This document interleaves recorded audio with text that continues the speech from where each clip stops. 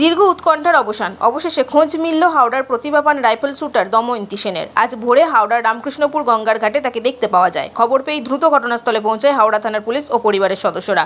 বর্তমানে দময়ন্তী সুস্থ রয়েছেন বলেই পরিবার সূত্রে খবর। জানা গেছে, নিখোঁজ হওয়ার পর থেকে দময়ন্তী শ্রীরামপুরে ছিলেন। তবে কেন তিনি হঠাৎ বাড়ি থেকে বেরিয়ে যাওয়ার মতো কঠিন সিদ্ধান্ত নিলেন তা নিয়েই চাঞ্চল্য ছড়িয়েছে।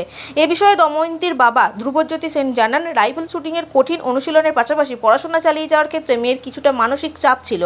পড়াশোনা এবং অনুশীলনের মধ্যে ভারসাম্য বজায় রাখতে গিয়েই হয়তো এই সমস্যা তৈরি হয়েছে, যার পরিণতি এই সৃষ্টি হয়েছে।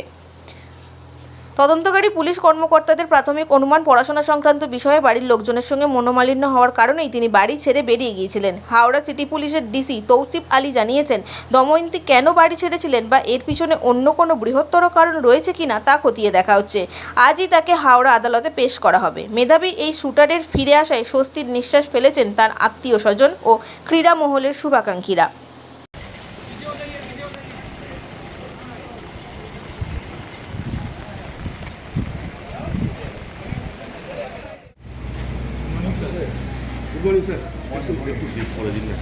স্যার বলছি দময়ন্তীকে দেখুন দময়ন্তী আবার ফিরে এসছে, ঠিক আছে,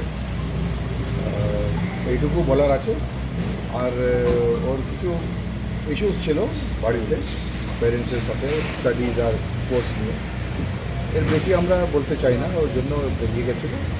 আমরা we are very happy that she has been recovered, আর ফিরে এসছে, সশরীরে ফিরে এসছে, সুস্থ আছে। সুস্থ কোথায় ছিল স্যার কিছু বলেছে যে দুদিন আছে, বিভিন্ন জায়গায় ছিল, সেইগুলো আমরা ভেরিফাই করছি, ঠিক আছে।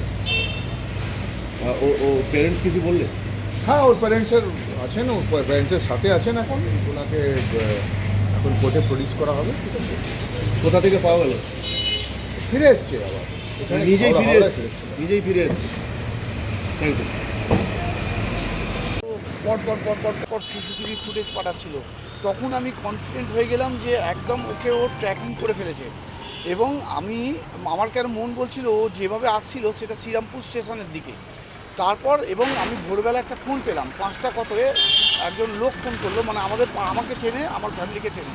সে বললো আমার বউ হাঁটতে গেছে, আপনার মেয়েকে মনে হয় দেখেছে, কিন্তু অন্য জামা কাপড়ে, রামকৃষ্ণপুর ঘাটে, আপনি ইমিডিয়েট বেরোন, খুঁজুন। তো আমি বললাম, তাহলে আপনার বউয়ের কাছে ফোন আছে? ও বললো, না আমার বউয়ের কাছে ফোন নেই, কিন্তু ও কারোর থেকে ফোন নিয়ে আমাকে ফোন করে বলেছে আপনাকে জানান। আমি জানাচ্ছি, আপনি জানান। আমি সঙ্গে সঙ্গে বেরিয়ে প্রথমে হাওড়া স্টেশন গেলাম, খুঁজলাম, তখন পেলাম না। আবার ব্যাকে এলাম, ব্যাকে আমার কি মনে হলো যে একবার জেটির কাছে যাই।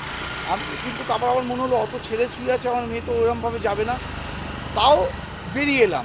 আবার কি মনে হলো যে যাই, একবার দেখেই নি যা হবে। আমি গিয়ে সত্যি দেখলাম একদম কোণে বসে আছে এবং ওকে চিনতে পারছিলাম না, জেটিতে। তারপর আমি গেলাম, গিয়ে আমি যেই ওকে বললাম, কী শোনাই তুই এখানে? তখন ও বললো, বলো। তারপর আমি বললাম, বল তুই এখানে কী করছিস, তুই কেন গেলি? ও বললো, তুই বাড়ি নিয়ে চলো আমার। তারপর আমি তো বাড়ি নিয়ে এলাম। তারপর সঙ্গে সঙ্গে আমি পুলিশ প্রশাসন, এডিসিপি ম্যাডাম, যিনি সারা রাত্রির আমাকে পুরো শুধু আমাকে ট্র্যাকিং করেছে, মানে এইভাবে, মানে সারা রাত্রি, মানে আমি প্রথম পুলিশ প্রশাসন যথেষ্ট হেল্প করেছে। এবং মানে 24 ঘন্টা আমাকে প্রত্যেকটা ট্র্যাকিং দিয়েছে, মানে ও কীভাবে কোথায় যাচ্ছে, কার সাথে কথা বলছে।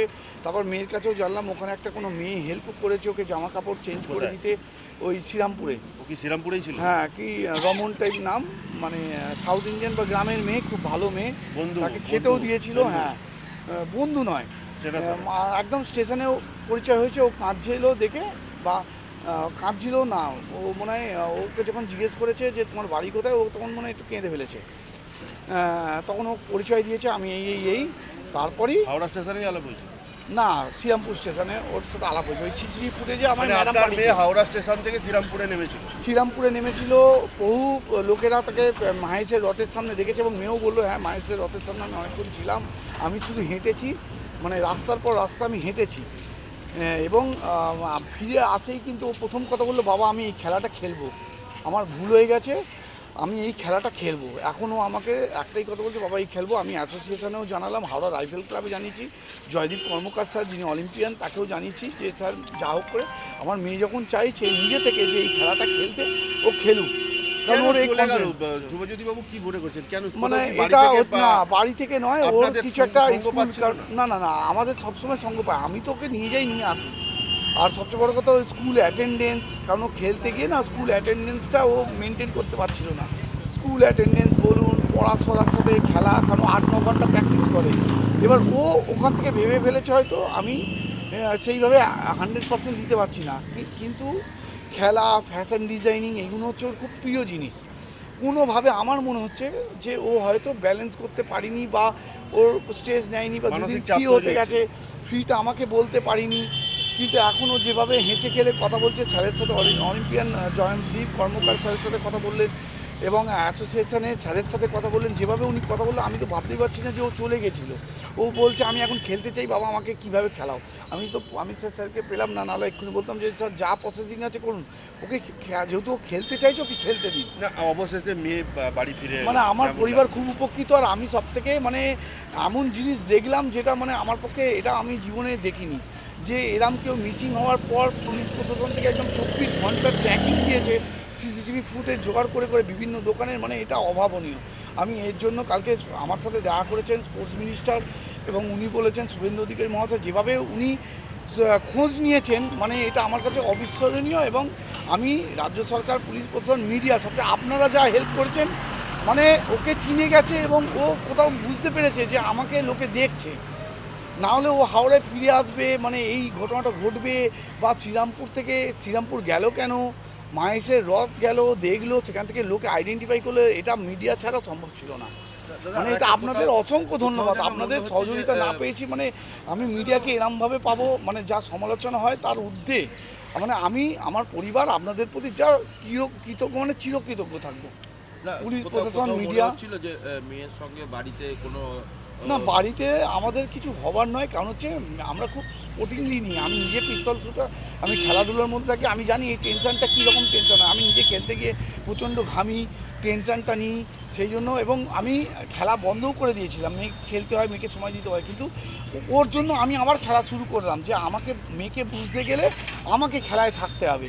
সেই জন্য এটা আমি বুঝি যে খেলার টেনশন থাকে, কিন্তু ওই স্কুল অ্যাটেন্ডেন্স, যেহেতু ওয়েস্ট বেঙ্গল বোর্ডে পড়ে, একটা অ্যাটেন্ডেন্স স্পোর্টসে ছাড় পায় না কোনোভাবে, ওই স্কুলে গিয়ে বারবার গার্জেন কল হচ্ছে যে অ্যাটেন্ডেন্স পাচ্ছি না, এটা ওর মধ্যে একটা problem। আমি ক্লাস টিচারকেও ফোন করে বললাম যে ম্যাডাম যদি ওর অ্যাটেন্ডেন্সটা কোনোভাবে কিছু করে, মাধ্যমিক পরীক্ষা তো, ও এই ব্যালেন্সটা করতে পারিনি লাইফে, সেই জন্য মনে হয় এখন মেয়ে ভালো আছে। এখন মেয়ে ভালো আছে। আপনারাও কথা বলতেন, ও হাসি করছে, ও স্যারকে বলছে স্যার আমি খেলবো, ও এখন জেদ নিয়েছে আমি আজকে খেলবো স্যার, এই খেলাটা আমার খেলার। এবার আমি কী করে খেলাবো সেটাই আমি এখন চেষ্টা করছি, যে ওকে আজকে খেলানো কীভাবে যায়। Thank you. আর ওর কিছু ইস্যুস ছিল বাড়িতে প্যারেন্টসের সাথে, ওর স্টাডিজ আর স্পোর্টস নিয়ে। এর বেশি আমরা বলতে চাই না, ওর জন্য বেরিয়ে গেছিলো। আমরা we are very happy that she has been recovered, আর ও ফিরে এসছে, সশরীরে ফিরে এসছে, সুস্থ আছে? সুস্থ আছে। কোথায় ছিল স্যার কিছু বলেছে? আছে বিভিন্ন জায়গায় ছিল, সেইগুলো আমরা ভেরিফাই করছি। ঠিক আছে, ও প্যারেন্টস কিছু বললে? হ্যাঁ ওর প্যারেন্টসের আছেন, ওর প্যারেন্টসের সাথে আছেন এখন, ওনাকে এখন কোর্টে প্রডিউস করা হবে। ঠিক আছে, কোথা থেকে পাওয়া গেল?